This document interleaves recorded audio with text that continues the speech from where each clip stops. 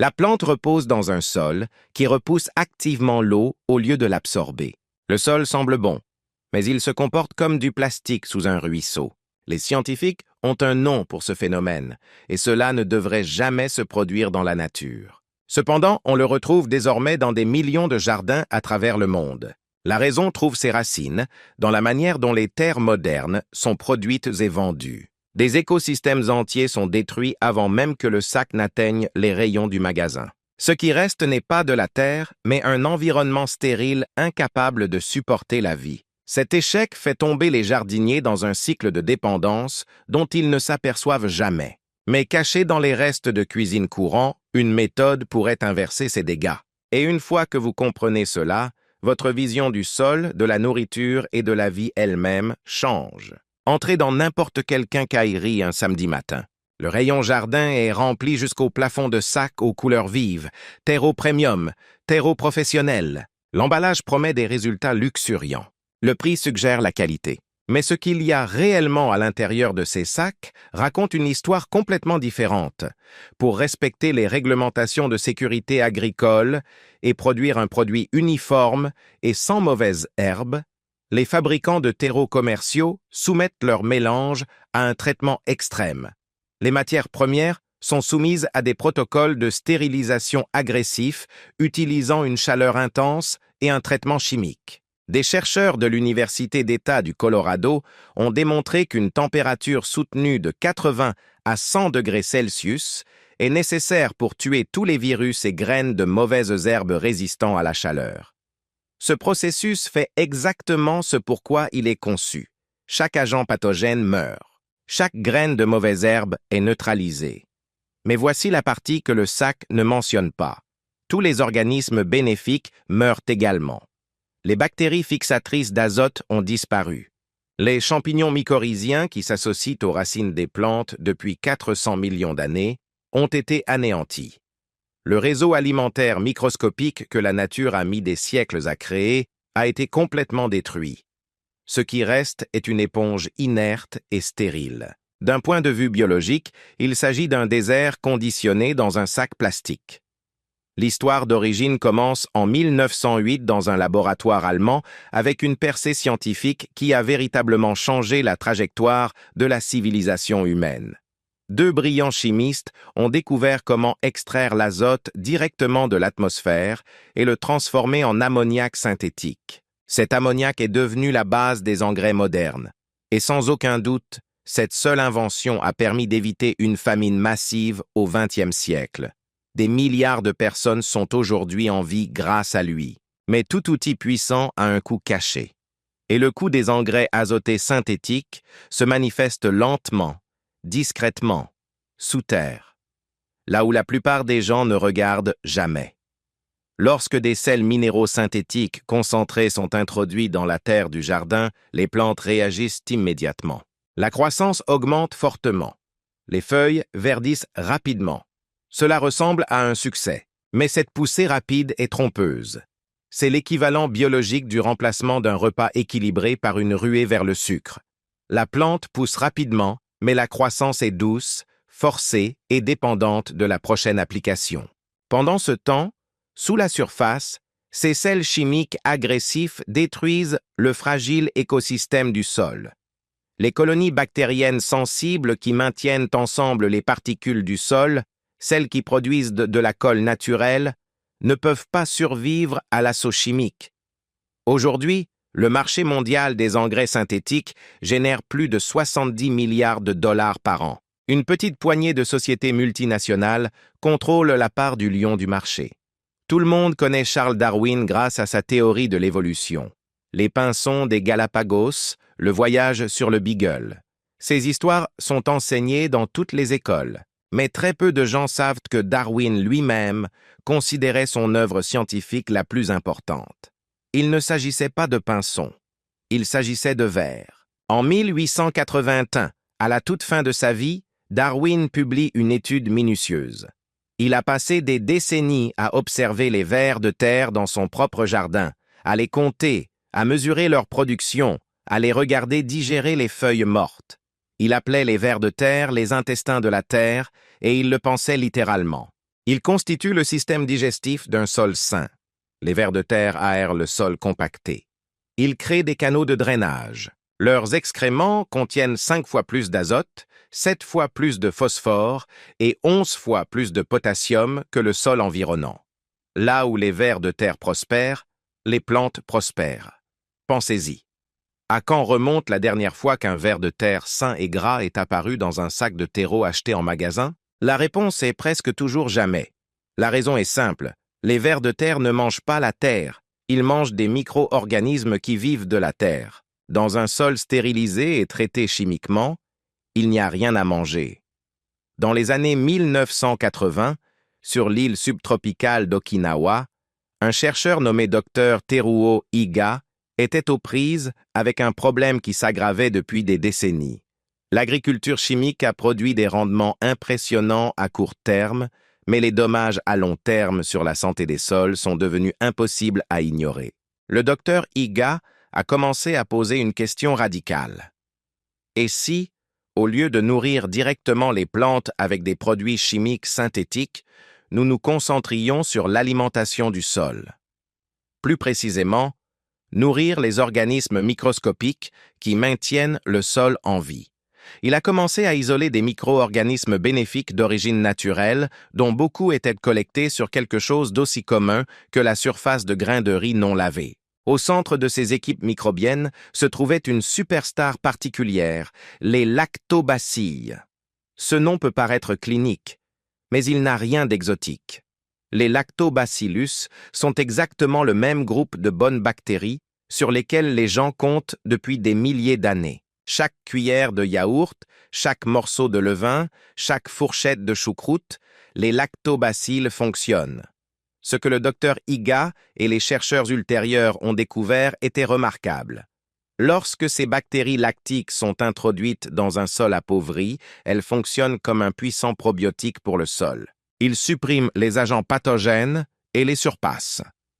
L'humanité fait fermenter des aliments avec ces organismes précis depuis au moins 10 000 ans, bien avant que quiconque ne comprenne ce qu'étaient les bactéries. Riz, mélasse et cendre. 3 ingrédients courants en cuisine, un processus simple, et un résultat qu'aucun produit commercial sur les étagères d'une jardinerie ne peut reproduire. Parce que ce que crée cette concoction est trop vivant pour survivre dans un sac scellé sur une étagère d'entrepôt pendant des mois. Voici exactement comment cela fonctionne, étape par étape. Ingrédient 1. Eau de riz fermentée. La prochaine fois que le riz sera cuit pour le dîner, l'eau de lavage trouble qui s'écoule habituellement dans les égouts est de l'or liquide. Il regorge d'amidon, de glucides complexes et de micronutriments, l'aliment idéal pour capturer et cultiver des bactéries lactiques bénéfiques directement à partir de l'air ambiant. Versez l'eau de riz laiteuse dans un bocal en verre propre. Ajoutez environ une demi-tasse du riz cuit restant. Cela agit comme une source de carburant à libération lente. Couvrez le pot avec un chiffon respirant fixé par un élastique. En 3 à 5 jours, une odeur légèrement aigre et agréablement piquante se développera, très semblable à celle du levain frais. Cette odeur est un signal. Ce qui s'est passé à l'intérieur de ce pot est un miracle silencieux de fermentation. Les bactéries lactiques se sont multipliées de façon exponentielle. Et au 5e jour, cet humble pot d'eau de riz contient des centaines de millions d'organismes bénéfiques par millilitre. L'eau de riz fermentée contient désormais une population florissante de bactéries bénéfiques. Mais avant d'être envoyés dans l'environnement hostile et morts d'un sol appauvri, ils ont besoin d'une énorme explosion d'énergie. Cette énergie provient de la mélasse noire. La mélasse noire, un sous-produit sombre et épais du raffinage du sucre, est une centrale nutritionnelle. Il regorge de sucre simple pour une énergie microbienne immédiate, ainsi que de fer, de calcium, de magnésium et de potassium. Pour préparer l'infusion finale, diluez l'eau de riz fermentée dans environ 4 litres d'eau propre et non chlorée. Incorporez ensuite 1 ou 2 cuillères à soupe de mélasse jusqu'à dissolution complète. L'effet est immédiat. Ces sucres simples pénètrent dans la population bactérienne comme du carburant pour fusée. Une vague secondaire de prolifération microbienne explosive commence. Le dernier ingrédient résout un problème chimique critique dont la plupart des jardiniers ne sont même pas conscients. Les mélanges de sols commerciaux à base de tourbe sont naturellement très acides, souvent avec des niveaux de pH inférieurs à 5. La cendre de bois ordinaire non traitée provenant d'un foyer est un matériau naturellement alcalin, riche en carbonate de potassium, en silice et en oligoéléments. C'est un excellent correcteur d'acidité.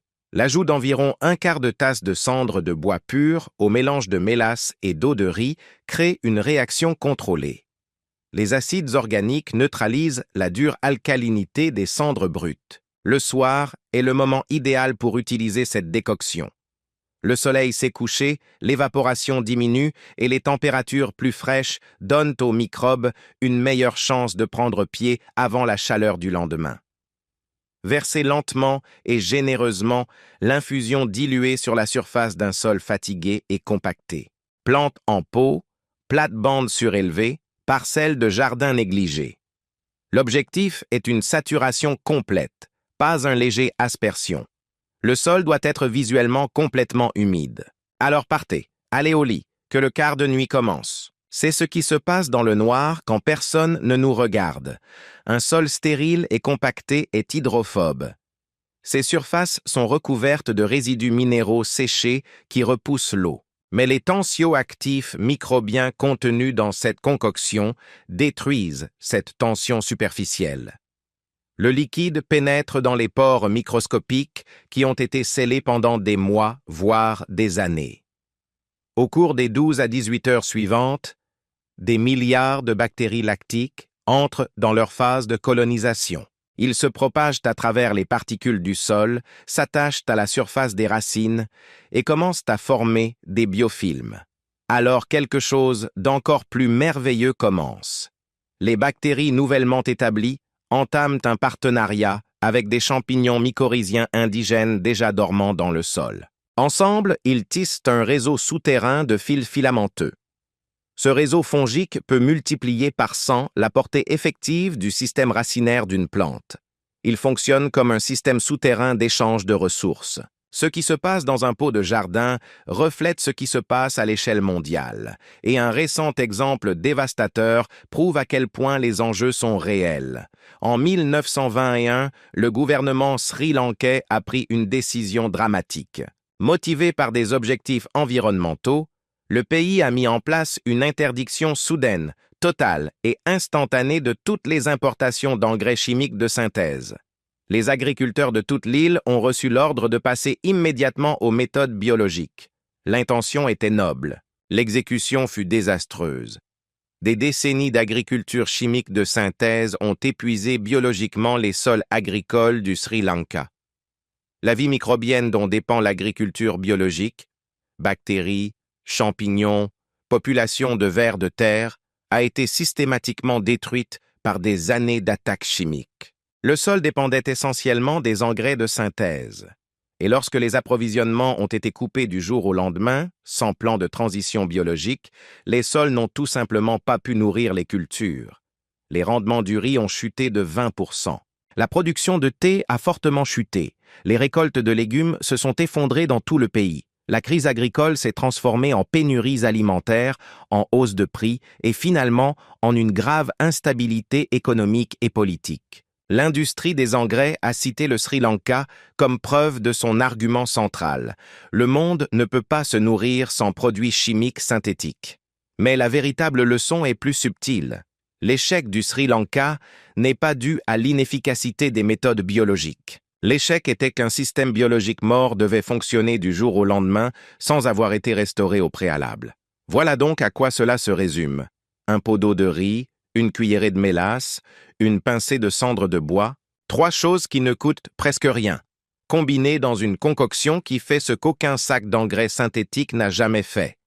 Il redonne vie au sol. Gardez l'eau de riz ce soir. Trouvez de la mélasse au fond du garde-manger. Ramassez une poignée de cendre de la cheminée. Faites-le bouillir. Versez de la terre dans le pot fatigué et négligé du jardin. Et demain matin, sortez et touchez cette terre. Ce sera différent. Elle sentira différemment. Et dans quelques semaines, sa croissance sera différente. parce que pour la première fois depuis peut-être des années, ce sol ne fera pas que supporter la plante. Elle le nourrira. Les vers de terre reviendront. Les racines sont devenues plus profondes. Et cette tomate qui n'a pas bon goût depuis des années pourrait bien rappeler à quelqu'un celle que cultivait sa grand-mère. À bientôt, gardez les mains dans la terre et le cœur près de la terre. Bon jardinage.